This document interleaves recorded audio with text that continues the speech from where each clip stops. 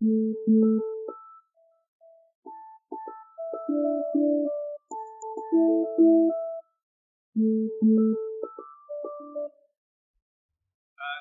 going to have a look at the basic introduction to hand tools and the importance of checking hand tools before use and after use and how to clean those hand tools. We're going to start by looking at some spanners. This is a combination spanner. It has an open end and a ring end. That's why it's called a combination spanner. The things to check for on this spanner are that the jaws are not split or spread.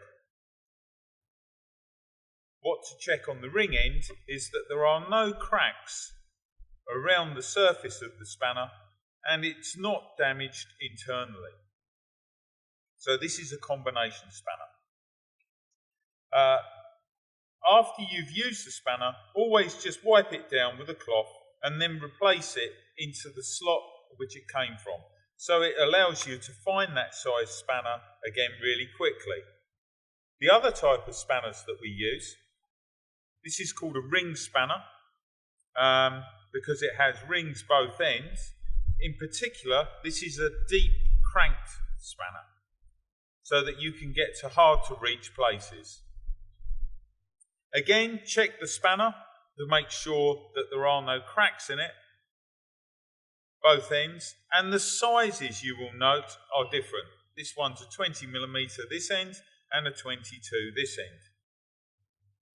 Last but not least is our ratchet spanner. Again, check that the ratchet is functioning, and this is reversible, so you can do things and undo them. Now, when it comes to using an open-ended spanner, try to use the rings first. If you have to, use the open-ended, because if you put a lot of force on this end when you're trying to undo something, the jaws have a tendency to spread, and you are liable to round the nut or the bolt when doing so. Right, let's have a look at some of the other tools that are in your tool tray. We'll start off with these. These are long nose pliers.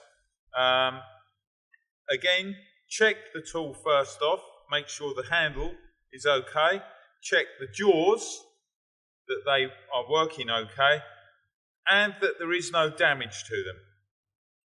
Again, when you finish with them, wipe them down with a cloth and replace them.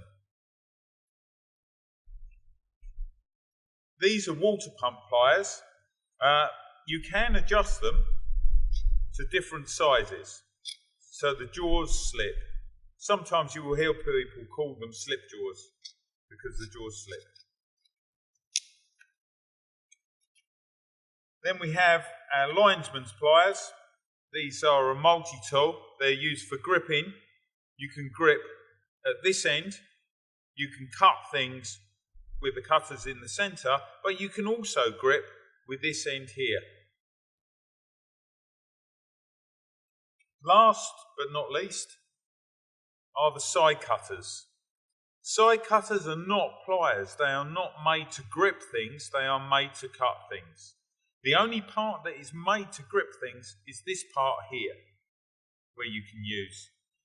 But mainly they are just used for cutting. And then we come to our screwdriver selection. Again, check the actual screwdriver before you use it. Check the handle's okay to use. This is not to be hammered. You do not use a hammer with this on the end. You will note that they have not been touched with a hammer. If you want to hammer something, you use a chisel or a punch. Check the blade for damage, and then the screwdriver is okay to use. This is a flat blade. They come in different sizes.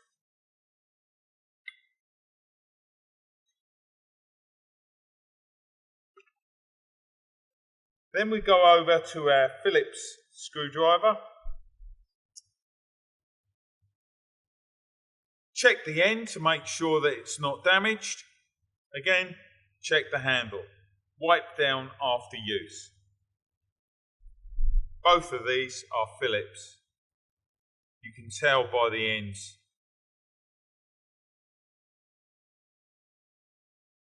And that is your tool tray. Now let's have a look at our service kit. As you can see, there's a selection of sockets, and in the top part, let's take that off, you can see we have a selection of extensions and a ratchet. So we'll start off with the sockets at the top. These are a standard socket. They're called a 6-point or single hex. So it's a single hexagon. These are deep sockets, and this is a 12-point double hex. We also have our Torx drive socket. This is a female, and we have our male drive Torx bit socket. They are all used in conjunction with our ratchet.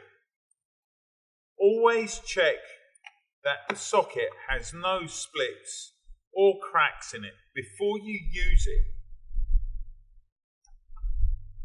The ratchet itself should also be free and easy to move. So to reverse it, you just turn, and then it will reverse to undo things. To place the socket on, it's really easy. Just slip it in, push the button on top, and now the socket is locked. To release that socket, push the button on top again, and it will easily come off. Now, this can be used in conjunction with a number of extensions. So if you have a hard to reach place, you can then reach it with the extension in different sizes. And if it is really hard to reach, we have a universal joint that we can fit in line.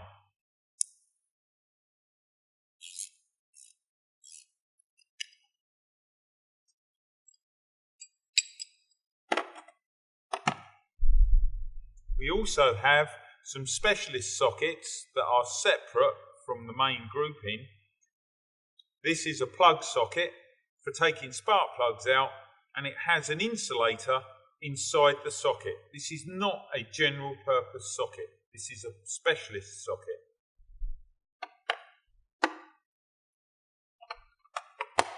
So that is your basic tools that we use. We need to now look at how we tighten things up. Now, this is called a torque wrench. It is a really important piece of kit. All bolts on a vehicle have a specific torque setting or a specific tightness that they must be done up to. This tool allows you to do it up to that tightness. And if you look at the scale, we normally read in Newton meters or foot pounds. So if we look at a bolt that needs to be done up to 60 Newton meters, you release the end, pull it out, and then twist the handle, and the scale will start to go up. Once you reach 60 Newton meters, you are on 0, and this is on 60. So if it was to be 62, you would turn it around to the 2. You are now doing something up to 62 Newton meters. Once you're on the correct setting, lock the bottom.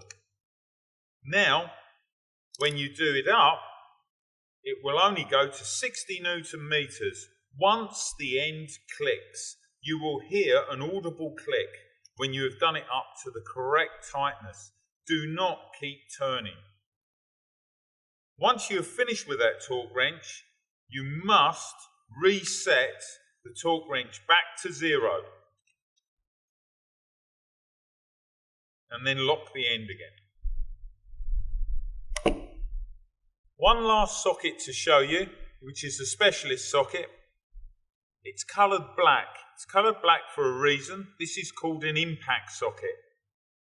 This is used in conjunction with our impact guns, as you cannot use a chrome socket on an impact gun. If you look at the thickness of the sidewalls, this can take the force, this can't. This is dangerous to use on an impact gun. You run the risk of shattering the socket, plus damage to you or someone around you. Last but not least is our multi-tool that we use. These are called vice grips. They are really handy for gripping things, and you can lock them onto something by twisting the handle and then locking it into place. To release this, you need to push this handle forwards and it will release. Now, when you come down to the workshop, you need to sign the tools out. But first of all, you need to check those tools before you sign them out. So I would make sure that this toolkit is complete, and it is.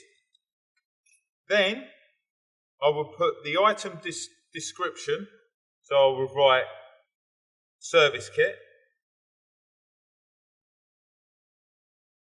And then I will put the service kit number, which is on the top, 16. Quantity is 1. My name. And initial it when it goes out.